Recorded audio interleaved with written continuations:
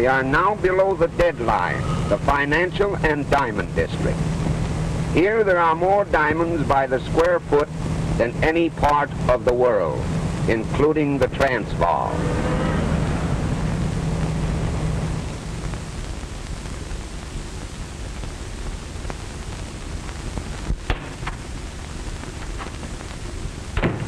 Good afternoon, Captain. How are you, Phyllis? Oh, hello, Captain Simon. Hello, Molly. Mr. Abrams is expecting you.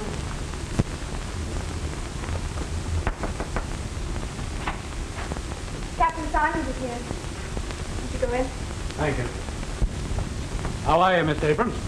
Oh, good afternoon, Captain. Sit down. Thanks. Have a cigar? Oh, thank you. What's on your mind? These diamonds. These and a lot more to come. And, oh, pardon. This is Mr. Everly, Captain Simon. Mr. Everly? I'm glad to know you, Captain. Mr. Everly and I are negotiating a very large consignment of diamonds, and we thought that you should be warned about it. A wise precaution. Are you collecting the consignment here? Yes, they're for my firm in Chicago. But they're not to be shipped for nearly a week. Well, don't worry. We've got a pretty good line on all the boys in town, and not one of them would dare to shove his nose below the deadline. I'll just tell my men to keep their eyes peeled, and if they do see anybody below the deadline that looks suspicious at all, to bring them in for questioning. Oh, by the way, where is your deadline now, Captain? Still Canal Street? Yes, and if any of them come south of that line, it'll be just too bad. Well, so long. Bye-bye.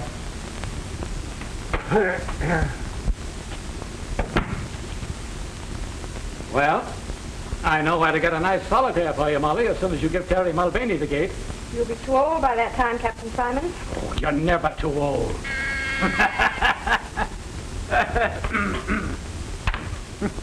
Yes, sir. Good day, Captain. Goodbye.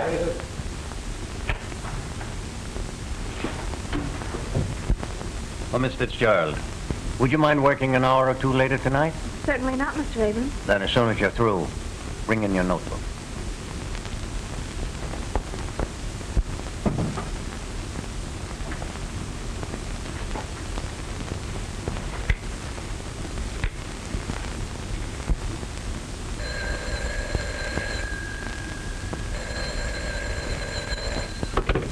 Hello? Hello, Molly, my darling. Terry, dear, I have to work late tonight, so don't wait for me. I'll have supper downtown. You can meet me near the subway entrance around 9. Sure, darling, I'll be there with me buttons all shine. Right.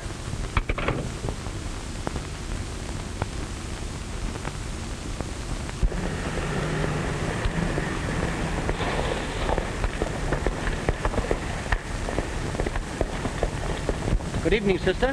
How about a lift? Terry!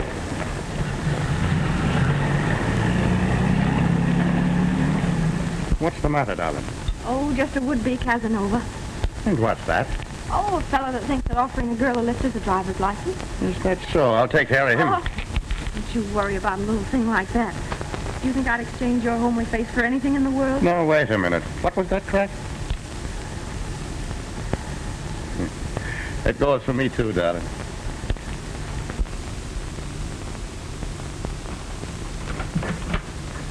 Hello, Annie, dear. Well, good evening, Miss Tiverton. How are you this evening? Why do people always think it's polite to ask silly questions? Well, look who's here. Have you had your supper? Yes, thank you. Glass of milk and a sandwich, I suppose, standing up at some lunch counter. Oh, well, this rush will soon be over, and then I'll have my evenings to myself again. Would you like some tea, Terry? Uh-huh. I'll go fix some. Are you still here? I thought it was time for you to be going home instead of coming here visiting. Well, I suppose it is a little late for elderly people, but Molly and me won't mind if you want to go to bed. If you expect me to resent that, you're wrong. Why on earth don't you sit down? You've been on your feet all day, haven't you? By golly, that I have. The poor dogs. Every time I make them walk, they get sore. And when are you going to get this advancement you're after? Well, the exams are in June, and by July you'll see me a full-fledged detective. Then crime will automatically cease, I suppose. Oh, no, not immediately. You see, there's the honeymoon first. Terry Mulvaney, if you don't make Molly the happiest wife in the world, you'll have me to answer to. It won't be for the want of trying. Molly needs a rest. That man Abrams works her too hard. Don't know what people want with diamonds anyway. Useless things. And yet if they can't buy them, they steal them. Oh, no, not much chance these days. Rot. Half the crimes in the world are never solved. Well, here, let me hold it for you. Well, at last I found a use for a policeman. Oh, I don't know. Molly found one. Did you ever try it? Are you two still bickering? Let me help you. Well,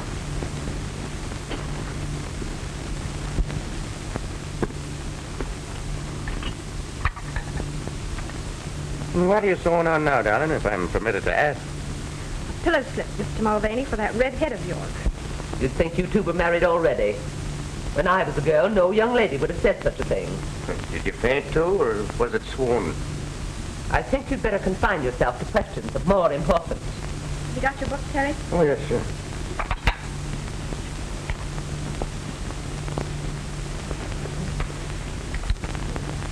When an officer takes a prisoner into custody, what is his duty? To search the prisoner for weapons and evidence, and conduct him directly to the station using every care to prevent his escape. Good. Under what circumstances is a policeman legally justified in using his pistol? What's that, correct? Under what circumstances is a policeman legally justified in using his pistol? And let me tell you, Flash, even if she wouldn't give me a tumble, that Fitzgerald Dane can have my role any time she gives me the come on. What she got that the others don't have? Oh, boy. She's got everything. Hold on, Spike. We're not mixing pleasure with business. She didn't fall for you.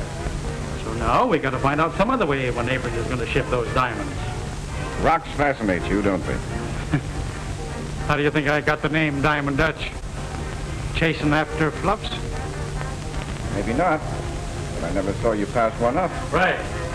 But when there's a job on hand, I don't play with fire. You never saw me get burned. But I'm getting penny burned right now. Here we are, all set to make the biggest haul that's ever been pulled. And all you can think about is some dame that you've never even seen. But I'm going to see her. Tomorrow, I think. And we better call the whole deal off.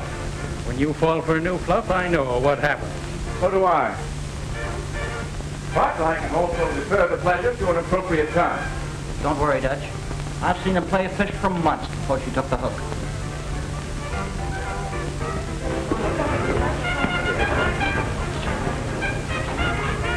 All right. But when does Abrams get in the balance of that consignment? That's all I want to know. Why pull this job a day too soon? When by waiting another day, we could get maybe $100 grand more. What'll you bet I can find out by tomorrow night? Come on. I'll split $1 grand with you. 500 apiece. Okay. That's a bet. You can land that Fitzgerald Dane? You've got it coming.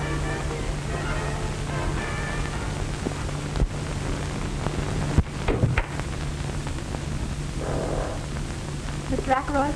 Right, young lady. And you are Miss, Just Mr. Abrams' secretary. Will you wait a moment, please? With pleasure. I come to look for a diamond, and behold, I find a pearl. Careful. So many synthetic pearls on the market these days. But then I'm an excellent judge. Professional, I would think. On the contrary. Amateur in its literal sense. Mr. Abrams, Mr. Ackroyd to see you. Will you go in, please?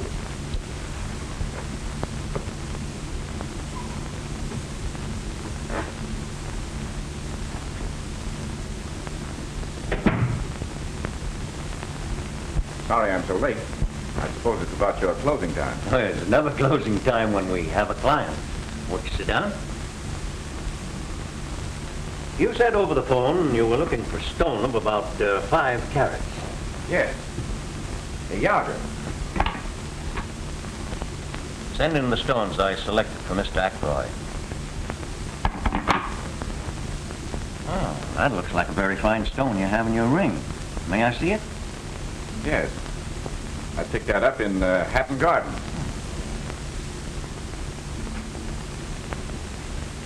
My, you know diamonds. It's perfect. Can you match it? Well, you can judge for yourself.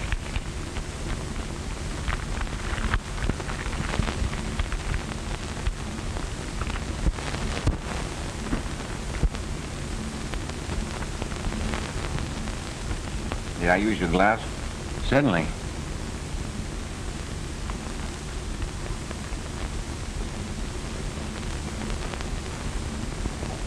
Aren't you going home, Molly? Doesn't look like it, does it? I had a date, too. Woman proposes, but business disposes. Well, I'll be glad to get home and dispose of that corned beef and cabbage that's waiting for me.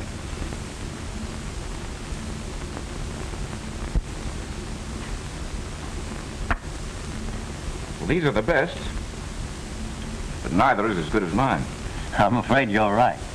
But I shall have more in Thursday, and I think finer ones. Could you call then? I'm not sure, but I think I could make it Friday. Well, I'm very sorry, but they'll be gone then. Tell you what I'll do. I'll give you 1,000 for that one.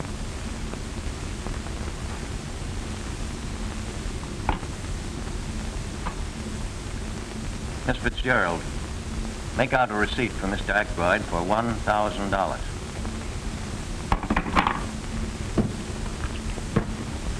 So that's that.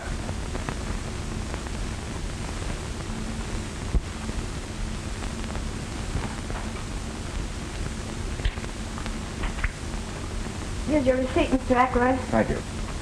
I'm sorry to have been the cause of keeping you so late, but perhaps I can drive you home. Well, I am rather late. Then why don't you let Mr. Ackroyd take you home? All right. Good night. Good night. Good night.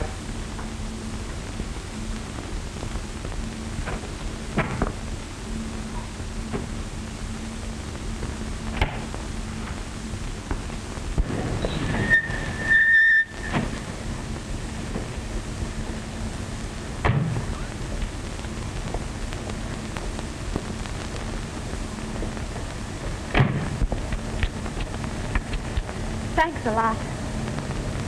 You see, I'm not so bad. Wouldn't you take me on approval for a while? Someone else? There's the proof. Hello, Terry. This is Mr. Ackroyd, Officer Mulvaney. Glad to know you indeed. And so you're the reason she was so anxious to get home. Meaning what? Well, you see, Mr. Abrams and I kept her a little late, and I offered to make amends. Oh, so you're a friend of Mr. Abrams. Well, that's different. Well, I'm afraid I don't follow. Terry thought you were another smart aleck, like the one that tried to pick me up the other night. Well, I might be sorely tempted, but I don't think I'd try. I seem to be a better judge of character than you are. Well, good night, Mr. Mulvaney. Good night, Miss Fitzgerald. Thanks again, Mr. Ackroyd. Don't mention it.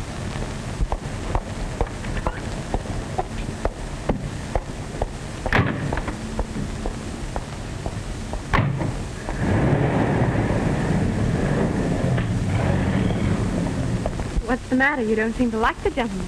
I do not. Oh, Terry, you need never be jealous of me. As a matter of fact, I only accepted his offer so that I wouldn't keep you waiting. Well, who is he? All I know is that he just bought a diamond for $1,000. I thought he was another one of those mashers, like the one last night. I'm not that foolish. You're in love with me, ain't you? Uh-huh. Yes, Spike? You're right. She had to be seen to be appreciated. Yeah, I thought she'd appeal to your sense of proportion. Yeah? Now I have another object in life. And now Stenog interferes with $100 grand, huh? You'd better dig for 500, Dutch. You too, Spike. Did you find out? I not only got a good look at the office, but I found out that the consignment will be complete on Thursday night. To top it off, I drove the young lady home. That wins the bet, I think, Dutch. You're a wonder, Flash. Yeah? Well, it cost me $1 grand to do it. I bought that one. Only worth 800. Oh, I'll get most of it back. Take a look at the girl's writing, Spike. Could you imitate it? So she couldn't tell the difference herself. What's on your mind? She seems to prefer an Irish harness bull to me. Meaning what, he says? Oh, so you're a friend of Mr. Abrams. Well, that's different. Begor, I'd like to push the ugly mug of him down his own throat. All right, forget it. We got to think about this job ahead of us. That's just what I'm doing, Dutch. When you're pulling a big job, it's always safer to have some goat to take the rap. Sure. It satisfies the public and gives the cops a chance to save their faces. Right. And this is where I kill two birds with one stone. Officer Mulvaney will be the goat, and Miss Fitzgerald will be... In circulation again. But how are you going to do all this? Easy. Just practice on our handwriting, Spike, and we'll send Terry a billy-do on Thursday.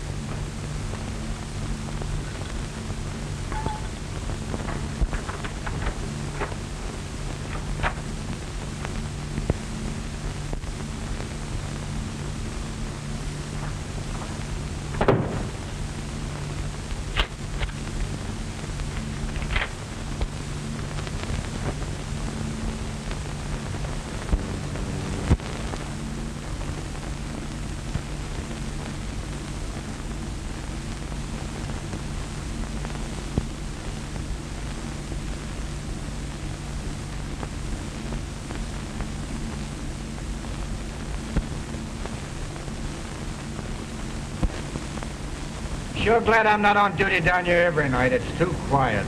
Yeah, I'd rather be uptown myself. Hello, boys. Well, no pinch tonight, Palmer? Oh, I think the captain's crazy. There's no one below the deadline tonight.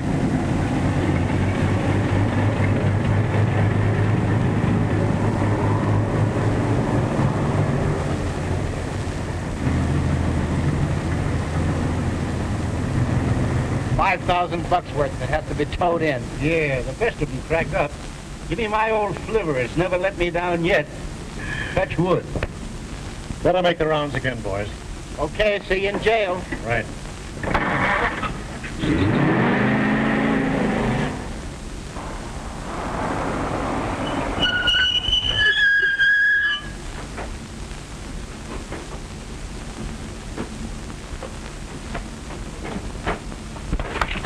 Okay, Flash.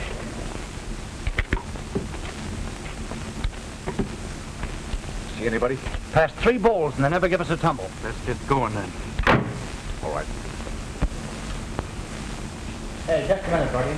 Well, for crying out loud, what are you doing down here? Well, what's the matter with you, Bill? You got the jitters? Who is it? Why, it's Bricktop Mulvaney from 14th Street. Yeah, and don't go be saying anything at the station about seeing me down here, or I'll wipe up the floor with you. Oh, you know me, Terry. Yes, I know all of yous.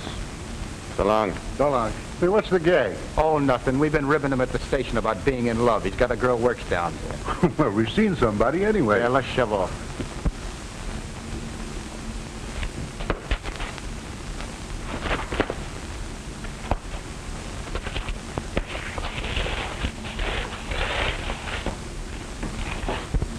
Number 47, Fishfield necklace. Check. Number 3. Miss Fitzgerald, call the express company now.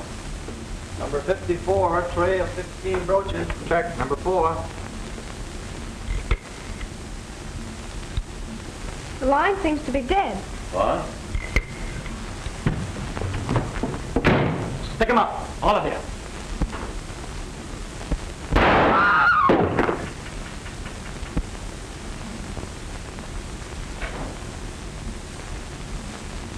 Good work, Terry. Terry. Shut up. And let that be a lesson to all of you. Keep your head on your mug. You want that brick top to give you away? Now turn to the wall, all of you. Start now.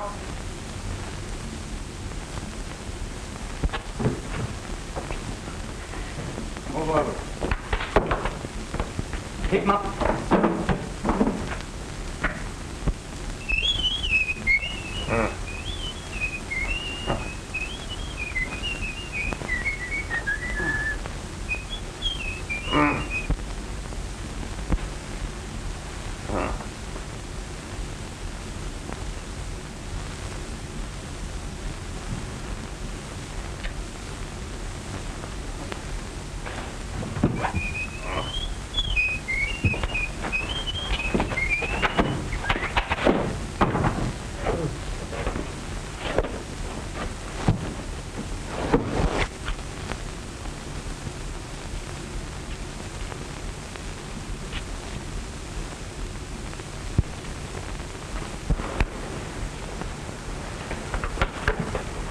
You're just the guys I'm looking for. Put him up. Put him up.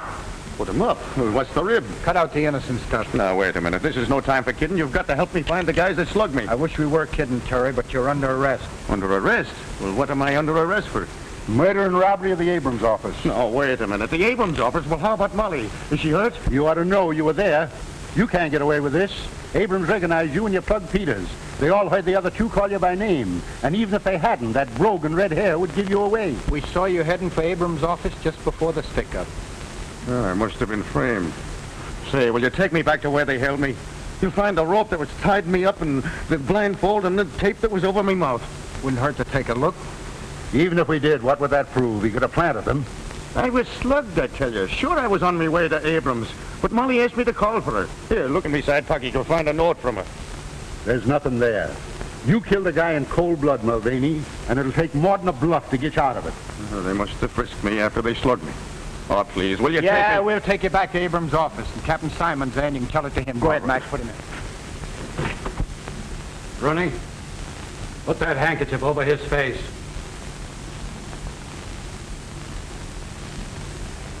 Now, we've got you, Mulvaney. You might just as well confess. But it couldn't be Terry. Well, naturally, you wouldn't admit it. But I don't think it'll be very difficult to prove that you were his accomplice. Now, you leave her out of this. Mr. Abrams, is that the man who led the hold-up men? It is. Without a doubt, it is. I've seen Mulvaney many times. I couldn't be mistaken. Mr. Abrams, are you sure that he is the man that shot Peters? Yes, I'm sure he is. I was slugged, I tell you. All right, Bill. Take him away and lock him up. Oh, Terry. Terry. It isn't true, darling. I was framed. I'm going to prove it. He's just putting on an act. Take him away. I have a few more questions that I want to ask you. Don't let them bully you, Molly, and don't you worry about me.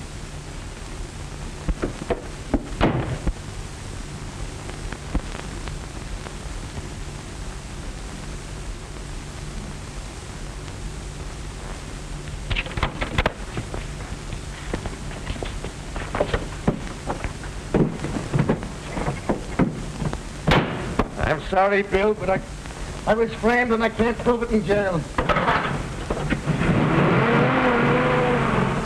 Yeah, 26532. I'll set it right out. Okay. Calling all cars. Attention, all cars. Mulvaney has escaped in a police car. License number 26532. He drove north on Avenue A. Block all roads and bridges leading from the city. He's handcuffed but armed. Bring him in, boys. That's all.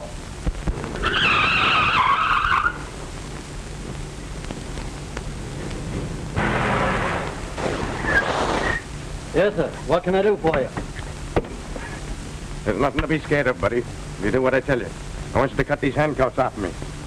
Yeah, but what'll they do to me for helping a prisoner escape? You're helping an innocent man, and you'll be glad of it one day. Come on, hurry up.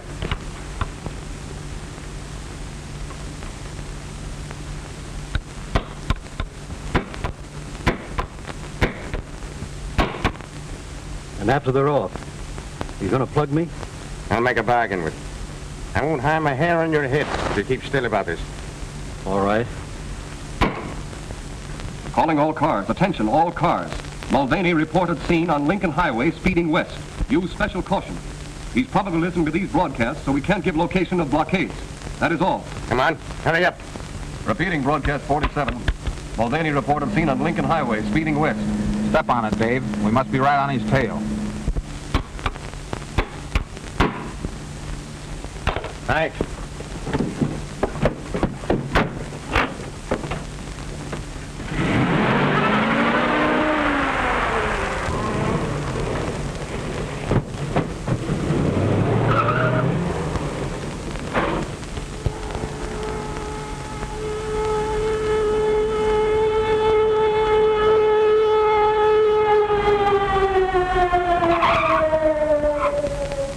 He just left. Mulvaney just left. He made me cut his handcuffs. He went in that direction.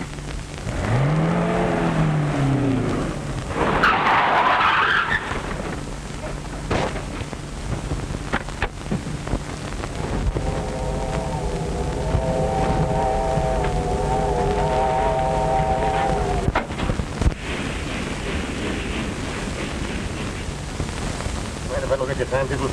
You belong in these parts? No, just business. What's the next stop? Don't you know what train you're on? Oh, sure. The Tipsy train. No. You gotta go back to Hopewell Junction to get that.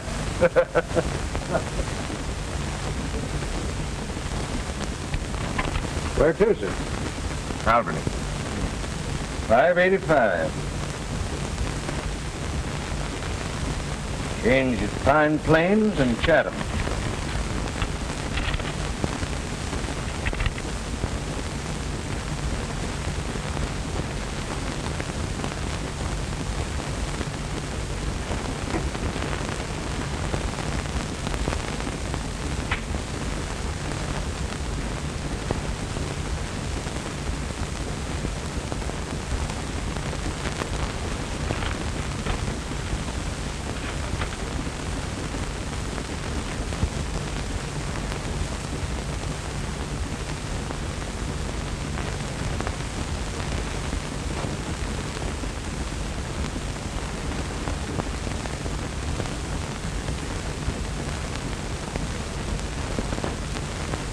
Got this police wired billings. The man in Section 9 answers the description exactly. Take a walk through, but don't let him see you look at him. And if you think he's the guy, we'll stop and send a wire ahead to the sheriff at Pine Plains. Right. Now look here, Mr. Fitzgerald. I'm not as interested in the capture of Mulvaney as our friend the detective is. But I'm an investigator for the insurance company, and my job is to get the diamonds back. Are you going to help me, or are you not? I tell you again, I know nothing. I don't believe Terry had anything to do with it. Wasn't it because you saw him that you fainted? I didn't see him. Terry didn't do it. Then why did you call him by name? I didn't. One of the men called the murderer Terry. I repeated the name in amazement. Never thought it was Terry Mulvaney. Yet you admit you tipped him off. I only told him I wouldn't have to work late after the diamonds were shipped Thursday. Same thing. Are you in the habit of fainting? No. But you did faint at the most convenient time, didn't you? Oh, yes, I did. Thanks. Hello? This is Stenton calling by request, Bill. Hi, diddle diddle, the captain of the fiddle. What's that? You got him? That's great, okay. You don't know anything, huh? Then let me tell you something. Mulvaney's been caught and he's confessed and he said that you were in on it. I don't believe it. Your game's up, girlie. You'd better cut out the bluffing. You're doing the bluffing. If Terry had been caught, don't you think you would have been overjoyed? Instead, you sat there watching my reaction. You'd better learn to act. Sorry I can't say the same thing to you, but I'm very glad to know just how clever you are. Well, they both think they're clever. Mulvaney has as much chance of getting away as the well-known dog with rubber legs has. How's this? Feel certain passenger on number 19 is Mulvaney, wanted for murder. Meet train at Pine Plains. I hope there's a reward out for him. Maybe there is. We'll stop at Clinton and shoot this ahead.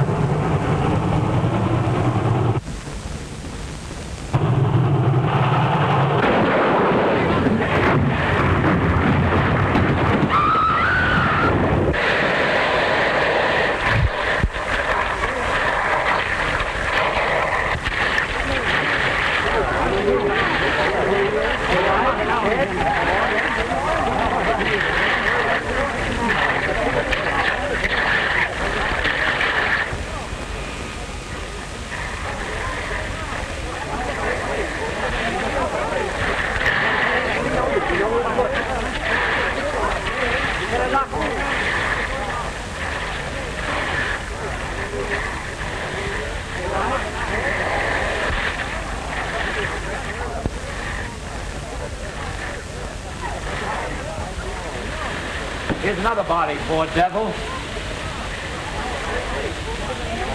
at his face. Or what was his face? Hey, John, we found the body of the conductor and the brakeman.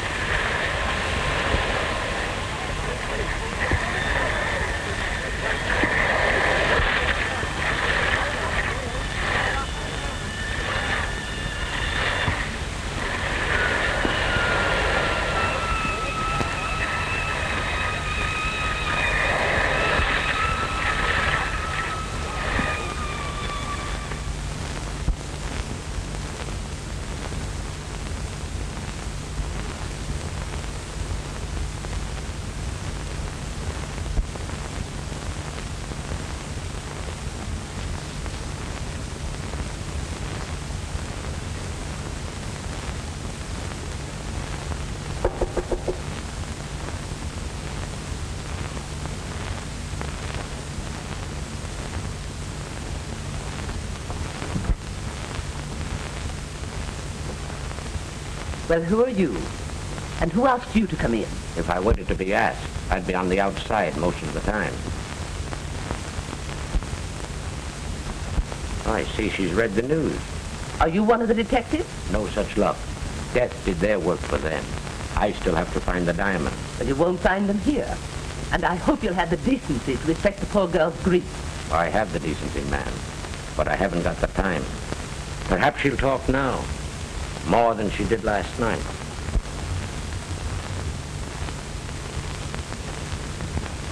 Are you ready to talk now? What do you want? You know what I want. The diamond. Can't you leave me alone? Can't you understand anything? Terry didn't do it. And now he can never prove it. He proved that he did do it, you mean? Do you think that getaway of his was an act of innocence? Not on your life. He was innocent, I tell you.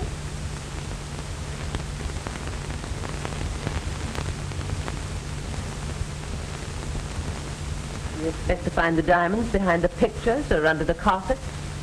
Molly said she lived with her aunt. Are you Miss Tibbet? None of your business. I make a lot of things my business. In fact, I sometimes act like an old woman. Oh, no offense, madam. No offense. If you think you can get me angry that way, you're mistaken. And if you're through, there's the door.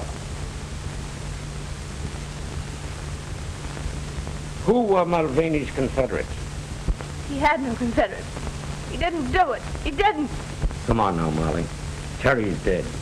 See those guys that let him down and get all the gravy, do you? I don't know what you mean. You know what I mean. Those fellas that framed him. That's why they called him by his name. You don't want to see them spit Jack while Terry ain't cold. Stop it. Don't you think I've suffered enough? Yes, he did. You who killed him. You with your false accusation. You drove him to it. Somewhere the real criminal's laughing at you. Laughing at your stupidity. I'd laugh too. I'd like to laugh, but Terry, the joke's on him too.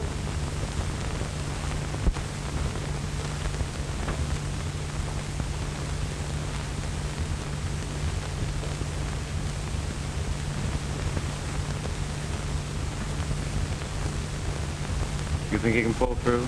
Oh, he'll be all right. I'll probably have to do a little plastic surgery on his face. Then you'll be in your element. Well, it's always interesting to try to improve upon nature. Wonder who the beggar is. There's no identification on him. Well, we'll find out soon.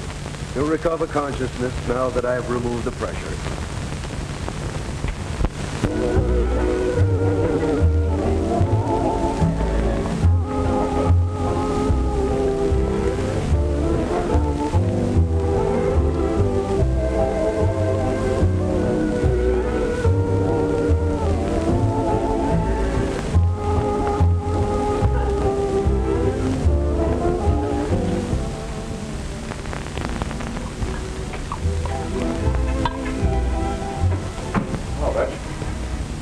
I see. It's my long suit.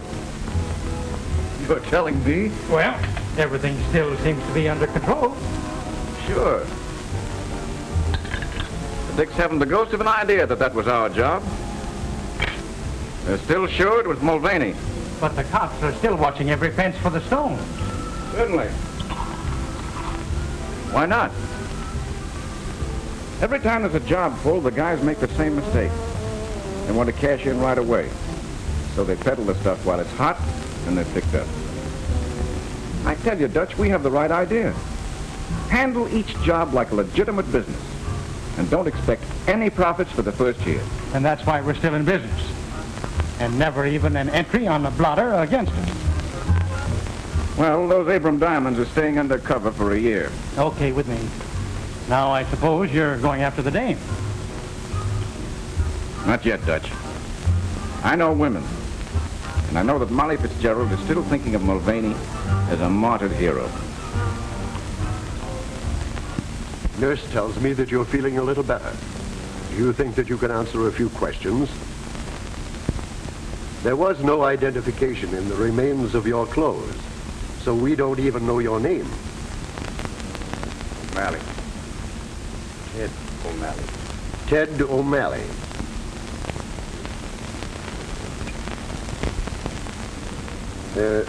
Have you any relatives or friends that we can notify?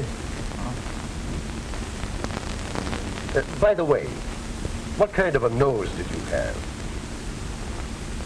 I mean, I shall have to build up your nose from practically nothing. Couldn't you get me a photo to go by? I'm afraid he's a little too weak yet, Doctor. Oh, well, I'll give him a classical one.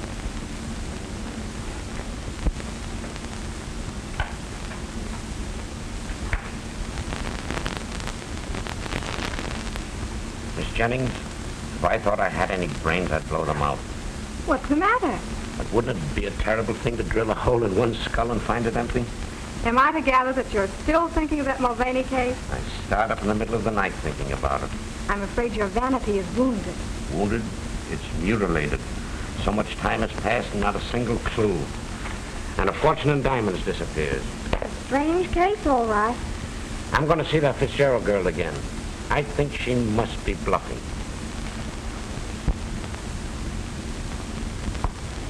Where's your winter coat? Oh, I sold it. I won't need it. Well, this is your business, Molly. But I'd like to see anybody try to force me to leave town. You don't seem to understand, Annie. I'm branded as a thief. Nobody will give me a job here. Don't forget you'll always have a home here. Remember that. Oh, that must be the man for my trunk. I'm going to fix you a lunch to eat on the train. Why, Mr. Radford. May I come in? Why, certainly. I'm just leaving town. You mean for good? Yes. Oh, I didn't know it was as bad as that. I haven't seen Mr. Abrams again until today, and of course I learned that you were no longer there. I suppose you also learned that I was a thief. Do you remember that I prided myself on being a good judge of character? Yes, but I don't quite... May I sit down? Of course. I heard about the robbery at the time, but I had no idea that you were supposed to be implicated. I wasn't. You don't have to tell me. That's what I meant when I said I was a judge of character. Thank you. I also gather from Abrams that no one will employ you. What do you expect? Of course they won't. I will. What do you mean? I'm interested in the Alhambra, the restaurant and night spot on 50th. There is a vacancy for a day cashier. You mean you're offering me a job like that? I am? I have the courage of my convictions. How can I ever thank you? By reporting for work at 10 in the morning.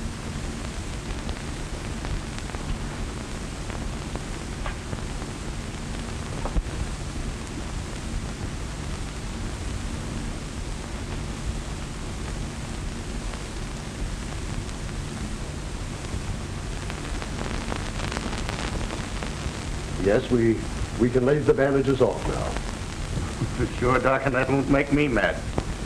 No, I suppose it probably won't, but evidently you would like to see what I've done for you. That I would.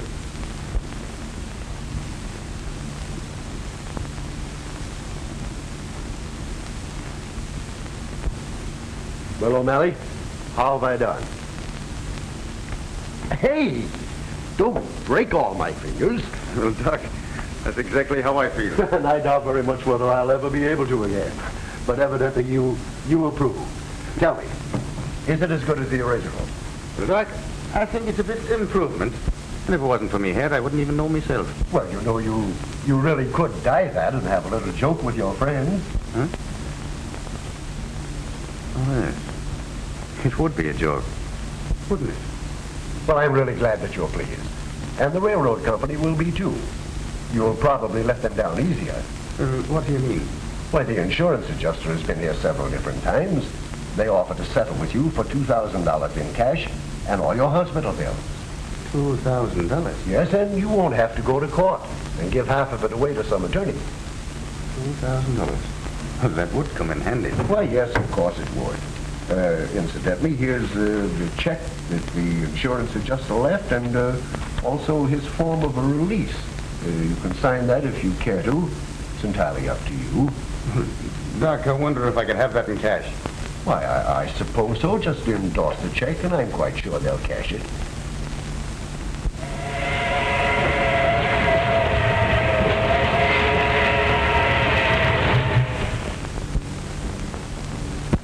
Come in. Thank you, sir. Won't you sit down? You're the investigator employed by the insurance company on the Abrams robbery. Correct. Well, sir, I'd like to right her wrong. Commendable ambition, but I don't see the point. Well, Mr. Pearson, it's only a hunch, but a faith in human nature.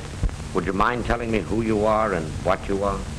Well, I'm just a dumb pug. I'm training over here at Archie Nolan's, and I come from Colorado. And I had a brother here on the force, and he got into a bit of trouble. We were pals from the time we were kids, and I'm sure that he'd never do anyone any harm. Mr. Pearson, that man was Terry Mulvaney. Mulvaney? Yes, Terry Mulvaney. Now, I have a bit of money, and I'd like to use it to clear his name. Have you seen the police? No. The cops are only looking for convictions. He was wanted for murder. His death closed the case. Now, you have no axe to grind or politics to play. That's right. I'm a private individual, responsible only to myself and the insurance company. And your object is to recover the stolen property. Right again. You may be a pug, but you're by no means dumb. Now, your brother told a queer story to the police.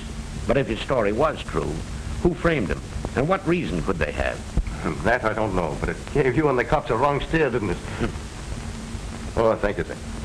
By the way, you happen to know where I can find his gal? I don't know her address, but her name is Fitzgerald. Just a minute. I'll look it up for you.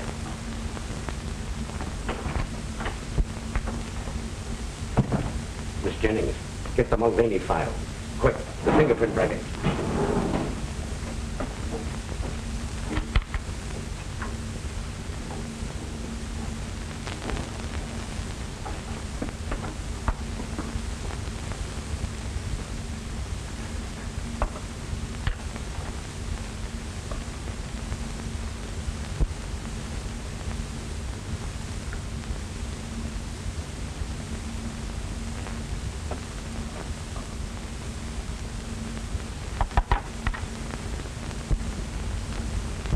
Identical. He's our man.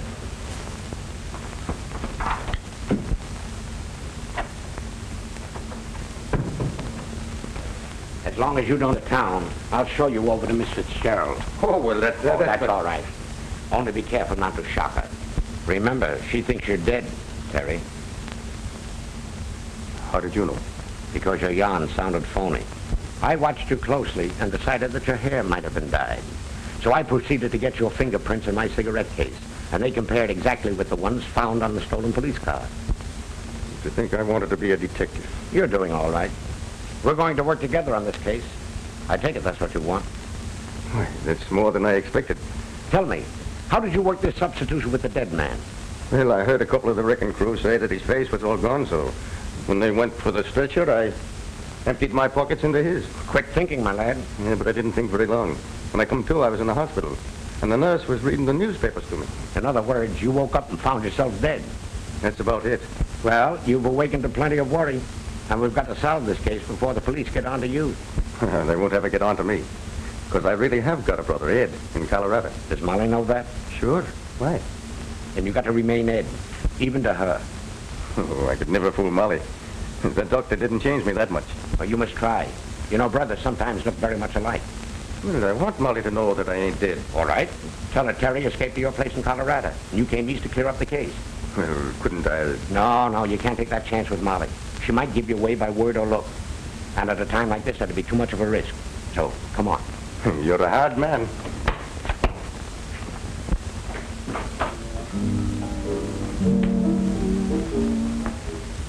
We saw Pearson outside talking to a guy. Pearson? Oh, the insurance company sleuth. Forget him. What'd you find out? Well, we can get rid of a few grand's worth. It's safe enough now. You don't think Pearson means anything? Not a thing. He used to park on Molly's trail, but he's given that up. And I still claim you shouldn't have given that dame a job here. Why? Well, Fluffs have brought down bigger guys than you, Fred. Oh, forget it. Pour yourself a drink.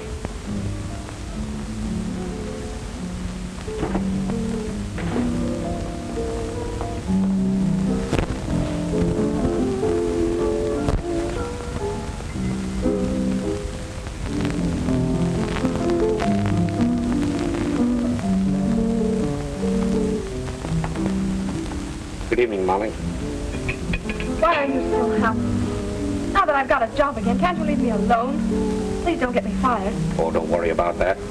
I just wanted you to meet a friend of mine. This gentleman here has convinced me that Mulvaney was innocent.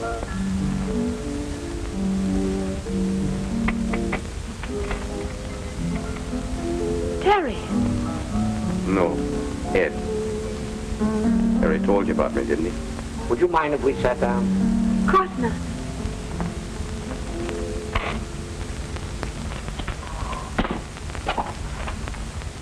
Yes, Terry did tell me about you, but you might be his twin. No, is that nice? Here I thought I was much better looking. You talk like him, too. Of course, your hair is darker and your nose is different, but if Terry weren't dead... He's not dead, Molly. He escaped from the train wreck. He's not dead? Are you sure? Have you seen him? Yes. He's at my place in Colorado. Is he well? As well as I am, and I never felt better in my life. Now, if you'll dance with me, I'll tell you all about him. Oh, I'm far too happy to dance in this jam. I want to tell Auntie. Can we all go home and you can tell me on the way? Now, wait a minute. How about your supper? Oh, I'm far too happy to eat. Come on, Mr. Pearson. No, you two run along. I'll stay here. Hey, boss. Pearson and that ape we saw him with outside was talking to Molly. She's acting up like a 2-year-old.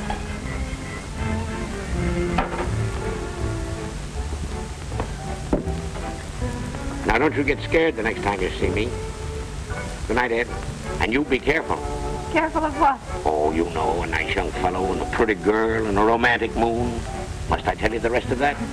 Come on, Mr. Mulvaney.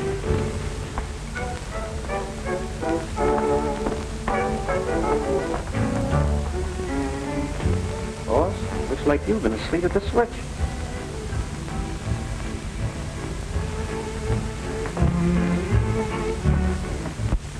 If it hadn't been for Mr. Ackroyd's kindness, I'd still be out of work. Isn't that right? That's right. Now, look. If it's some money that you're needing, No, thanks. I couldn't think of it. I'm doing nicely now. Young man, your heart's in the right place, but I can't say the same for your brain. I'm married. Now, wait a minute. Maybe Miss Tibbet is right. I'm always right. I objected to your brother as a policeman, but no young man in his senses would ever take up prize fighting as a profession. Look now. How about Gene Tunney? He seems to have done all right for himself. As soon as he got any sense, he quit. Just the same, I want you to know that you brought more happiness into this house than's been here for many a day. I like you. Thanks. You know, that goes for the both of us, and if I wasn't in love already, I'd be asking you to marry me. Oh, go along with you. You're just another Terry yourself. Good night, and God bless you.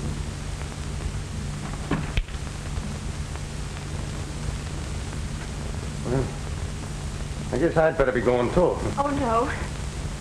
I want to hear it all over again. Again? Oh, my dear child, I told you in the taxi, and I told you in the park, and I'm just after telling your Aunt Mary here. I know, you're a darling. I didn't mean to say that. Well, what's wrong with calling me a darling? I don't know, something just came over me. I suppose it's because I'm so grateful to you, Mr. Mulvaney. I thought you promised to call me Ed. What's the matter? I don't know. Ed, I seem to have known you forever. It's just the way I want you to feel. You don't understand. Please go.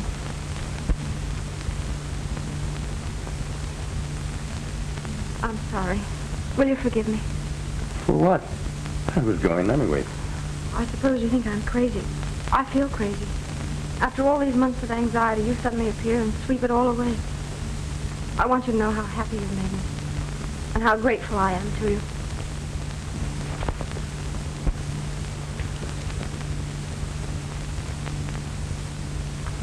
You shouldn't have done that. You misunderstood. I think not. But it isn't fair. You know I'm engaged to Terry, and you said you were in love with somebody else. I said no such thing. You did. You told Aunt Mary. You meant? All fair in love and war. Good night, Molly, dear.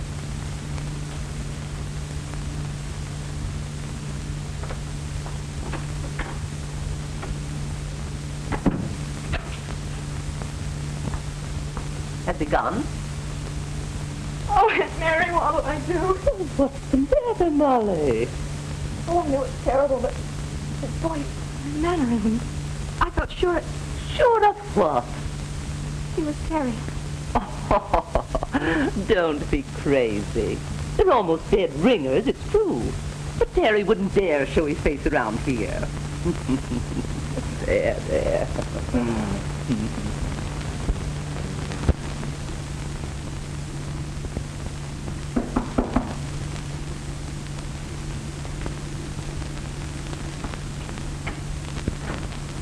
You sent for me, Mr. Ackroyd? Yes, come in.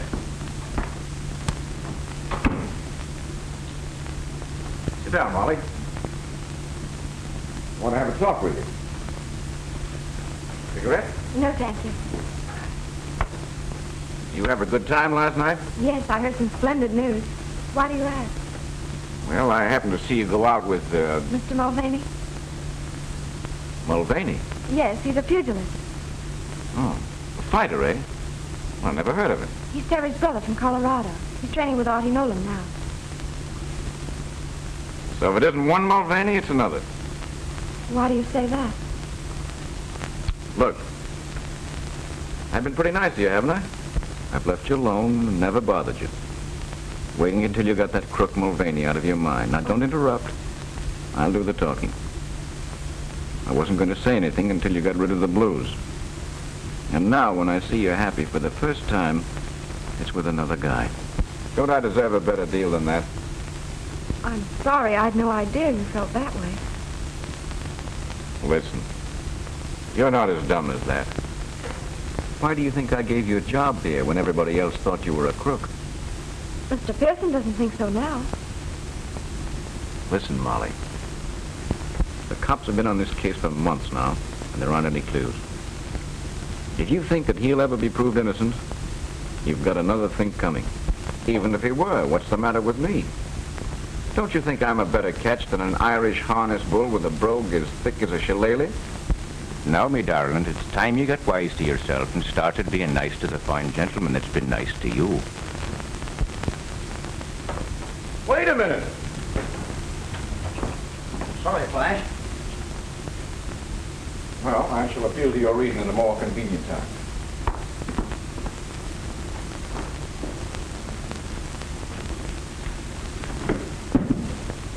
You mean to bust in on the party? But what about the stuff? Dutcher's got a deal to unload the whole lot, and the guy's waiting. I think we'd better wait. Molly was just telling me that Pearson is off the Mulvaney angle. What do you mean, off the Mulvaney angle? That's what I want to find out.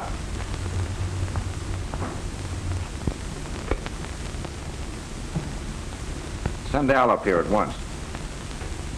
What? What's the matter? Molly's walked out. That's the best news I've heard today. Shut up.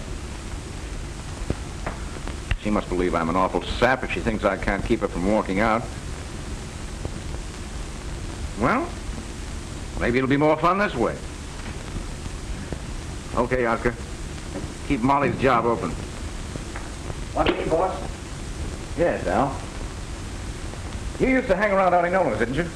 Sure, that's how I learned to use my mitts. Unfortunately, this job calls for brains. However, I'll try you out. I want you to go back there and get to know a pug from Colorado. He's a brother of Terry Mulvaney's. What's he look like? You saw him last night going out with Molly. Oh, I thought there was something familiar about that mug's face. What do I do? Spoil his looks? Oh, no, nothing so crude. Just get his confidence and when you...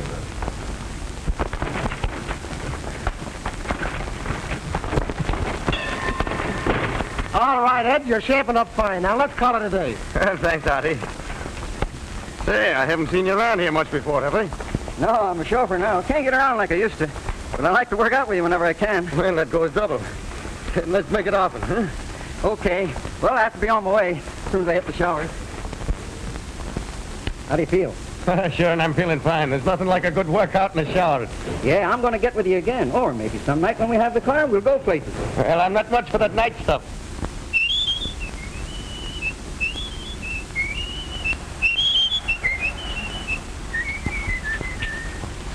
Say, Al, who is it you work for?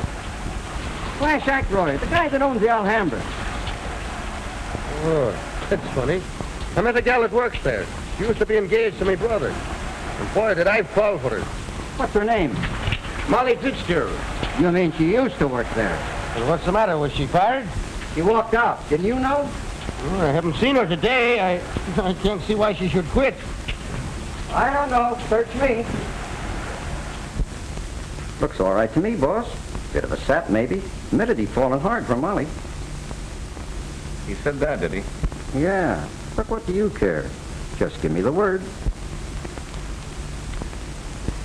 Go get him. Bring them up here. Nah, you're talking. I'm telling you, I couldn't be mistaken. No two men could ever whistle exactly like that. Funny, though, that he should be working as a chauffeur. Maybe not as funny as you think.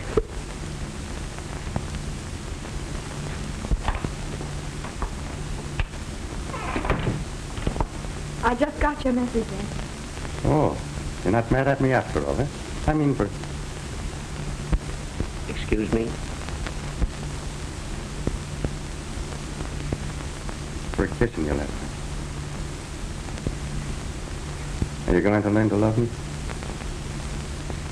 That's not fair to me or to Terry. I told you before that all's fair in love and war. Repeating it doesn't make it so. Molly, sit down. I want to talk to you. You know, from the first minute I walked into that place last night and laid eyes on you, the heart within me stopped. And then it started to pound like a trip hammer. And that sounds something like love, doesn't it? Not necessarily. It could be indigestion. Once a snooper, always a snooper. That's what I'm being paid for.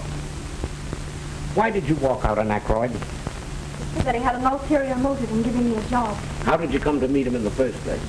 He came to buy a diamond from Abrams. That checks. With what? Theory, young man. How long before the robbery was that? Oh, just a few days. Then if he bought a diamond, he got a receipt. Yes, I made it out myself. Better than I expected. Then that would give them a copy of your handwriting. Remember the note from you that Terry told the police about? Yes. Well, that would put Terry just where they wanted him. One of them might have had red hair, or he could have worn a red wig. And if he was able to imitate Terry's brogue... Oh! What's the matter? Ackroyd. Ackroyd gave me a perfect imitation of it. And that checks. Somehow I think we're getting places. Do you really think so? Yes, I do. And you needn't worry about a job anymore. I can get you back with Abrams anytime you want. But you'll soon have Terry back, and then you'll be getting married. Yeah, wait a minute. What's that crack? Do you think Molly would take a cop when she has a chance to get an up-and-coming pugilist like myself?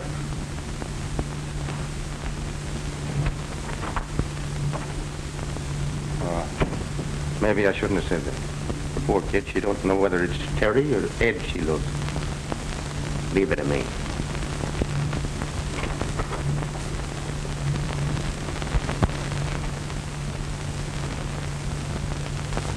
What's the matter, Miss Fitzgerald? Mr. Pearson, you really believe Terry's innocent, don't you? Why, certainly. Why do you ask? Because I don't know whether I should tell even you, but that's Terry. What are you talking about? That's Terry Mulvaney, not his brother Ed. I wondered why I was so attracted to him. I thought it was his voice, but his eyes are the same, too. Go on. It was when he cupped his hand to his ear and said, "What's that crack?" Then I knew for certain. I tell you, Terry's come back from where I don't know, but I'm afraid. There's nothing to be afraid of. Terry didn't come back from the dead. He came back from the hospital. I've known it all along. Then I've been the goat. I'm going to give him a piece of my mind. Oh, just a moment. It was all my fault. I insisted. I was afraid that, try as you might, you would give him away. He had no right to make love to me. Well, who had a better right? Nevertheless, you wait. Don't you tell him.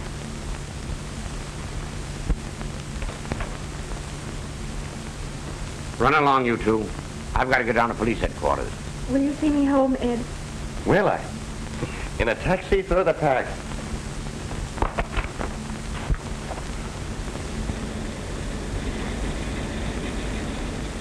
Ed, there's something I must tell you, and it may relieve your mind. Well, my darling, you go right ahead and tell me. I've been true to Terry all this time, even though Auntie and everybody said I was a fool. They did? Yes, and it wasn't until he disappeared that I found out what a wretch he really was. Well, that couldn't be so. It's a pack of lies, I tell you. No, the truth, all right. Well, just show me one black eye that would ever say a thing against me, well, against me brother. I can show you a dozen. People who bribed him. Girls he wronged. Why, it's lies, I tell you. It's lies. Well, now tell me what you're laughing at. Terry Mulvaney, alias Brother Ed. Terry Nah, Terry. You're lying to me. Oh, Molly, my darling. Oh, Terry, what happened? Why didn't you tell me? I was making me escape on a train and it was wrecked. I changed places with a dead man. Oh, Terry, you poor dear. Oh, I was never so rich in all my life. You must think I'm terrible. But it was mean of you not to tell me.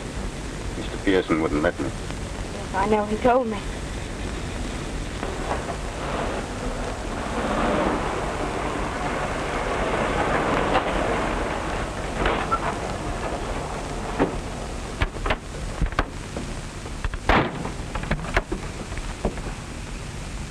Hey, now, wait a minute. This ain't the place I told you to go.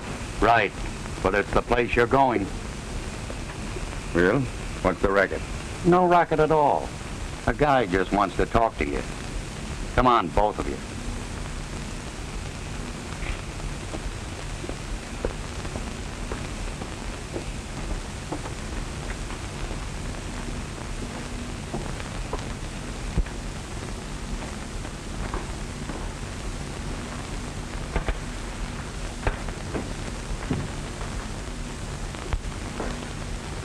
So here you are.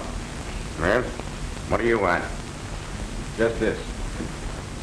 I don't stand for anybody muscling in on my territory. Meaning Miss Fitzgerald? You guessed it, Mulvaney.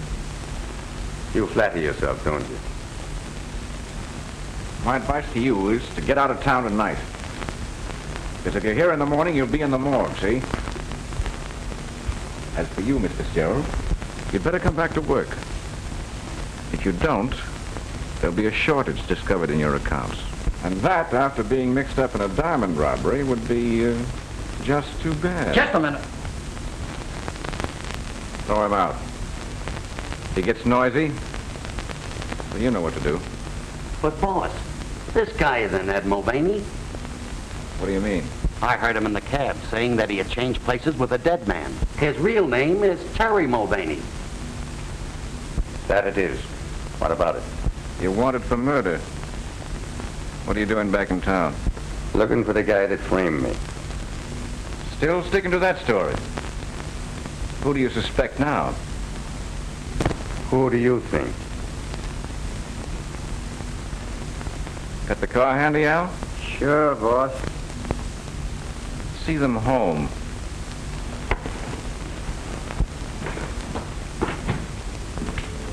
That guy knows more than he was telling. Pearson must be onto something. I knew that dame would snag us sooner or later. Who's snagged? Maybe they don't know a thing. I'm just not taking any chances. The alley's full of cops.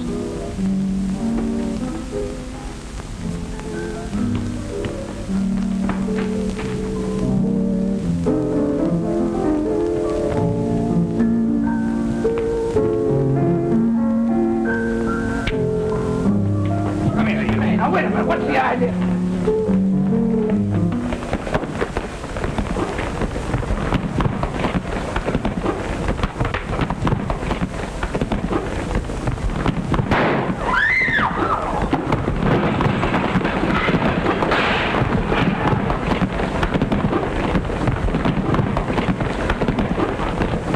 Break it up.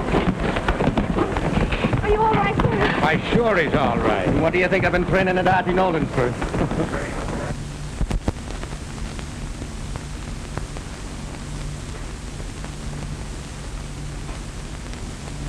Everything checks. Give Terry all the credit for recovering those, Mr. Abrams. Terry, You always wanted to be a detective, didn't you? That I did, sir. Well, the chief says you are.